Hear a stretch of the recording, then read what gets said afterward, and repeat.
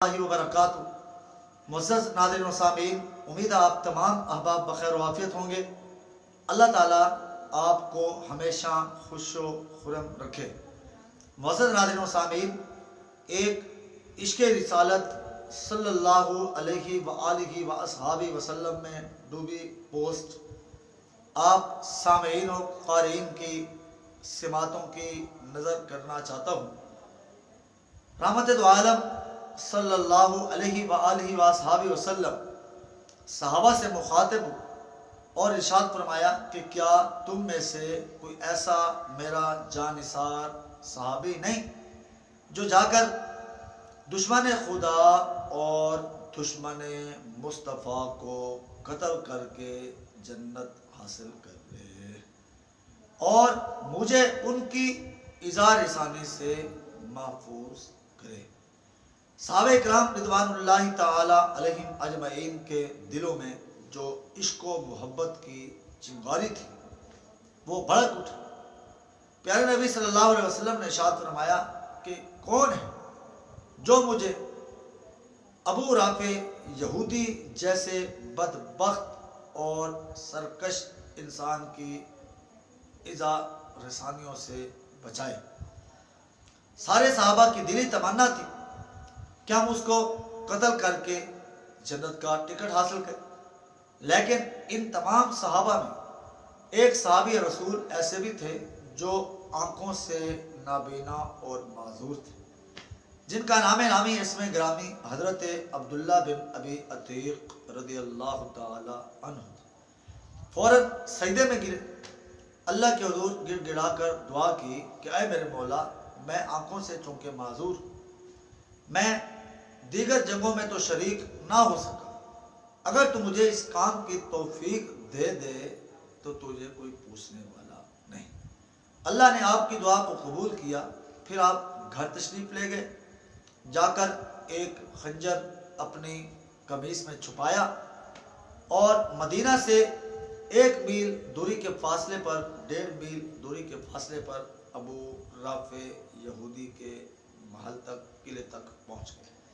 दरवाज़ा चूंकि बंद होने वाला था, इसलिए उस दरवाज़ा बाग ने पुकारा कि जल्दी अंदर आ जाइए, मैं दरवाज़ा बंद करने लगा हूँ। उन्होंने समझा शायद ये कोई साइल है जो हमारे सरदार से सवाल करेंगे।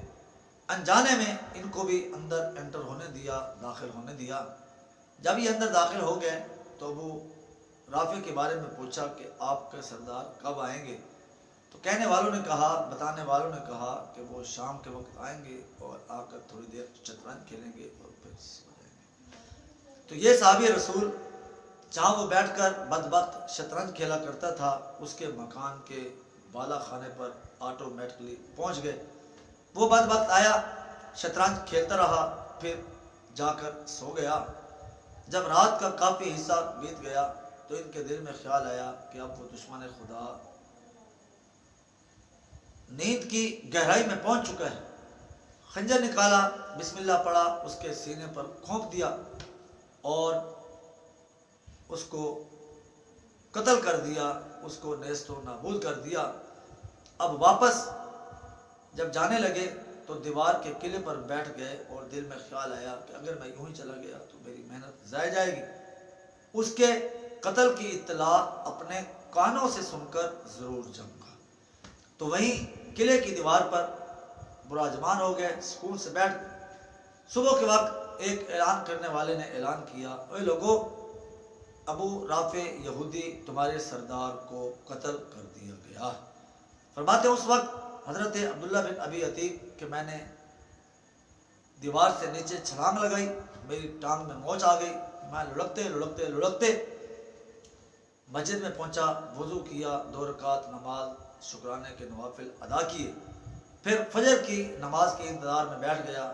रहमत दो आलम आए, नमाज पढ़ाई, साहबा की तरफ मुँह करके बैठे। इतने में हज़रत जिब्राइल तशरीफ़ लाए और फरमाया कि या रसूलल्लाह, आपके दुश्मन अबू राफे को कत्ल कर दिया गया। महबूब ने पूछा कि कत्ल किसने किया? जिब्राइल अलैहिस्सलाम ने फरमाया कि आपके इस नाबीना साहबी ने जो वो कोने में बैठे हुए। لہذا ان کو جنت کی خوش خبری دیجیے۔ رحمت دو عالم صلی اللہ علیہ وسلم نے ان کو بلایا اور ان کو جنت کی خوش خبری دی۔ انہوں نے فرمایا یا رسول اللہ میری ٹانگ پر موچ آ گئی ہے، اس کا بھی علاج تجویز کر دیجئے۔ رحمت دو عالم صلی اللہ علیہ وسلم نے اپنا لعاب مبارک بسم اللہ پڑھ کر ان کی موچ آئی ٹانگ پر لگایا، اللہ نے ان کو شفا عطا کر دی۔ تو معزز ناظرین و سامعین، عشق رسالت میں ڈوبا یہ واقعہ ہمیں یہ سبق دیتا ہے کہ حضرت عبداللہ بن ابی عتیق نے جو آنکھوں سے معذور تھے، انہوں نے رحمت دو عالم صلی اللہ علیہ وسلم کے دشمن کو نیست و نابود کر کے دنیا پر یہ واضح کر دیا کہ نہ نماز اچھی، نہ روزہ اچھا، نہ زکوٰۃ اچھی، مگر باوجود اس کے میں مسلمان ہو نہیں سکتا جب تک نہ کٹ مروں میں خواجہ بطحا کی حرمت پر، خدا شاہد ہے کامل میرا ایمان ہو نہیں سکتا۔ تو معزز ناظرین و سامعین، یہ تھا عشق رسالت میں ڈوبا ایک واقعہ۔ اس قسم کی مزید پوسٹ اور اسلامک ویڈیوز کے لیے ہمارے چینل کو ضرور سبسکرائب کیجیے گا اور ساتھ میں آئی لائکن کا بٹن بھی ضرور پریس کیجیے گا تاکہ ہر نئی آنے والی ویڈیوز بآسانی آپ تک پہنچتی رہیں۔ اللہ آپ کو اپنے حفظ و امان میں رکھے۔ والسلام علیکم۔